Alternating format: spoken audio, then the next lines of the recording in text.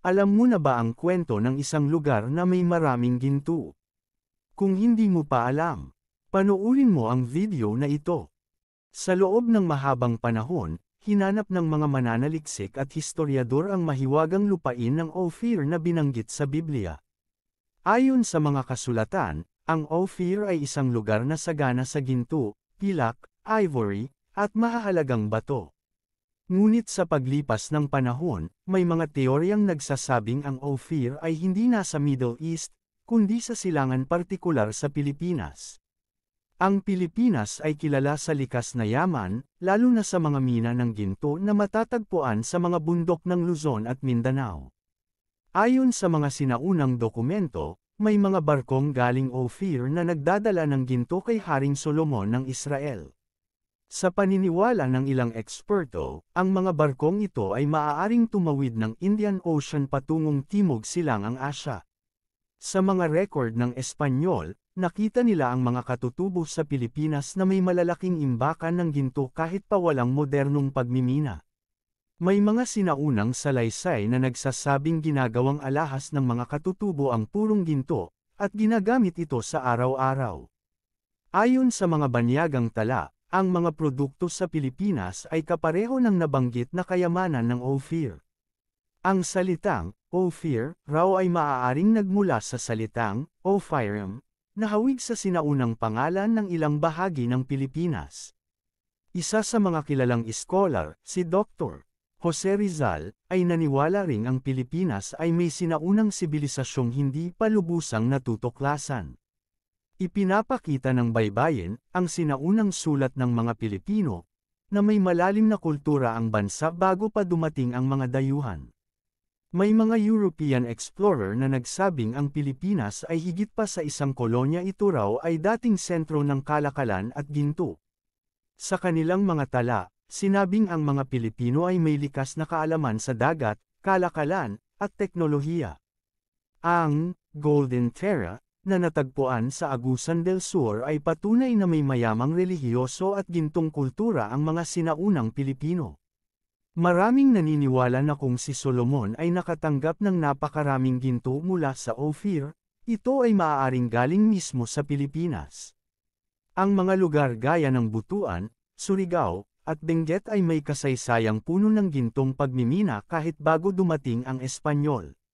Sa kasaysayan, tinawag ang Pilipinas ng mga Tsino bilang Liu Xin o Golden Island sa kanilang mga lumang mapa.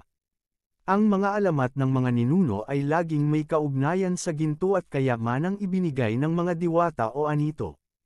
Pati ang mga galleon trade ng Espanya ay nagpadala ng maraming ginto mula Pilipinas papuntang Mexico at Europa. Kaya't kung pagbabatayan ang ebidensya, ang Pilipinas ay maaaring maging matibay na kandidato bilang sinaunang Ophir. Maraming detalye sa Biblia ang tumutugma sa mga katangian ng Pilipinas bilang isang lupaing puno ng likas na kayamanan. Ang misteryo ng Ophir ay tila konektado sa mga nawawalang sibilisasyon na unti-unting lumilitaw sa Pilipinas. Patuloy ang paghahanap ng mga archaeologist upang patunayan kung may batayan nga ba ang teoryang ito.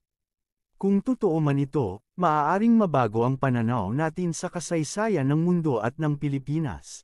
Marami sa mga ginintoang alahas na nahukay sa Pilipinas ay gawa sa purong ginto na walang halong metal. Isa sa mga pinakatanyag ay ang Surigao Treasure, na naglalaman ng libo-libong gintong alahas at gamit mula sa sinaunang panahon. Ayon sa mga eksperto, hindi ito gawa ng Espanyol kundi ng isang matandang sibilisasyong Pilipino. May ilang Hebreo at Aramaic scholars na nagsasabing ang Ophir ay maaaring katawagan lamang ng mga banyaga sa isang lugar sa silangan na sagana sa ginto. Sa mga mapa ng mga Arabo, may bahagi sa silangan na tinatawag na Sahar o Ophir na itinuturo sa direksyon ng kapuluan ng Pilipinas. Ang Butuan, sa Mindanao, ay minsang naging sentro ng paggawa ng barko at ginto bago pa dumating ang mga dayuhan. May mga tala rin mula sa China na tinatawag ang Butuan bilang isang Golden Kingdom na pinupuntahan ng mga banyagang negosyante. Ang kabuuang koleksyon ng pre-colonial gold sa Pilipinas ay umaabot sa mahigit 20 kilos, karamihan ay mula sa Visayas at Mindanao. Maraming Pilipino ang hindi nakakaalam na ang ginto ay bahagi ng ating orihinal na kultura at hindi lamang produkto ng kolonyalismo. Ang salitang, perlas ng silanganan, ay maaaring patunay sa matagal ng pagkilala sa kayamanan ng Pilipinas. Sa paglalim ng pananaliksik, lumilitaw na ang Pilipinas ay hindi lamang tahanan ng ginto kundi ng isang sibilisasyong may mataas na antas ng kultura. Ang mga kaharian gaya ng Tondo, Butuan, at Cebu ay may sariling pamahalaan at ekonomiya bago pa man dumating ang mga Kastila. Sa mga libingan ng mga dato, natagpuan ang mga gintong maskara, sinturon, at koro ng pampanitikan. May ilang paniniwala na ang mga ninuno ng mga Pilipino ay direktang nagmula sa mga hari ng sinaunang Ophir. Ang mga relihiyosong ritual ng mga katutubo ay karaniwang gumagamit ng ginto bilang banal na alay. Sa mga kuweba ng Palawan, natagpuan ang mga lumang inskripsyon at ginto na may kakaibang simbolo na tila hindi baybayin. May mga haka-haka na may lihim na kuweba sa Pilipinas na naglalaman ng huling kayamanan ng Ophir. Ilan sa mga alagad ng simbahan noong panahon ng Espanyol ang nagsabing, itong lupaing ito ay sagana sa kayamanang hindi pa nadidiscover. Ang Pilipinas ay tila itinago ng kasaysayan upang ang lihim nito bilang Ophir ay hindi madaling matuklasan. Marami sa ating kasaysayan ang sinadyang tabunan upang manatiling hindi alam ng sambayanang Pilipino ang tunay nilang pinagmulan. Ngunit ngayon, unti-unti nang nabubuksan ang pintuan ng mga nakatagong kaalaman. Tayo ay nasa panahon kung saan ang katotohanan ng ating nakaraan ay muling lumilitaw. Kung ang Pilipinas nga ay Ophir, tayo ay tagapagmana ng isang dakilang sibilisasyon na may karangalan at kayamanan.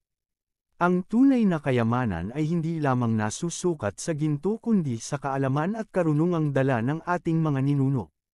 Tayo ang mga anak ng Ophir, tagapagmana ng kasaysayan, ng ginto, at ng karangalan ng ating lahi. Bilang isang Pilipino, ano kaya sa tingin mo ang totoo? Pilipinas nga ba ang Ophir? E-comment mo ang nalalaman mo para makita ko.